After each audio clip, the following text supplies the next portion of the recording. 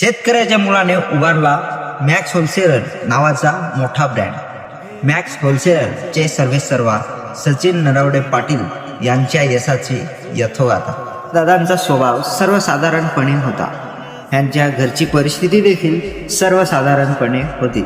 त्यांचं शिक्षण सुद्धा मामाच्या गावी झालं आणि त्यांची स्वतःची जबाबदारी स्वतः घ्यावी म्हणून त्यांनी सायकलवर पेपर टाकण्याचं काम सुद्धा केलं आणि त्याने कॉल सेंटरमध्ये नोकरी सुद्धा केली आणि त्यानंतर त्यांनी सेल्समॅन म्हणून सुद्धा काम केले आणि नंतर ते उतरले हॉटेल व्यवसायामध्ये.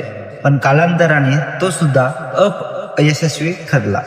तरीही त्यांनी जिद्दीच्या जोरावर खचून न जाता मार्केटमध्ये मॅक्स नावाचा मोठा ब्रँड आणला.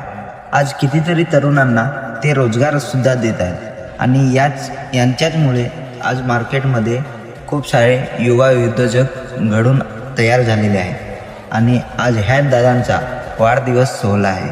दादा, तुम्हाला वाढदिवसाच्या खूप खूप शुभेच्छा.